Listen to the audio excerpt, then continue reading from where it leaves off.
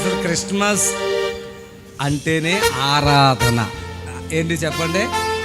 Christmas అంటే ఏంటి? ఆరాధన. పండగ అంటే మనకు తెలిసింది ఏంటంటే కొత్త బట్టలు ఫస్ట్, రెండోది వంటలు. రోజు తినేది అది మనం కదా. వంట మెయిన్, బట్టలు, వంటలు. అసలు ఈ లోపల మనకు బట్టలు ఉన్నాయి, అన్నం ఉంది, లేకపోతే ఇంకోలు. అందరికంటే బాగా సంతోషమే తెలుసా, మనం రక్షించబడాలి. హల్లెలూయా. మాకు బాగా బాధ, ఏడుపు ఎప్పుడు వస్తుందో తెలుసా?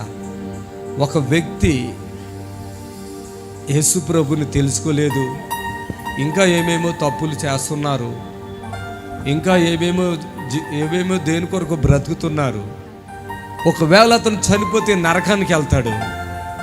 అతడు యేసు దేవుడని ఒప్పుకుని హృదయంలో విశ్వసించి నోటితో ఒప్పుకుంటే అతను రక్షించబడతాడు, పరలోకంకి వెళ్ళిపోతాడు. అంతే.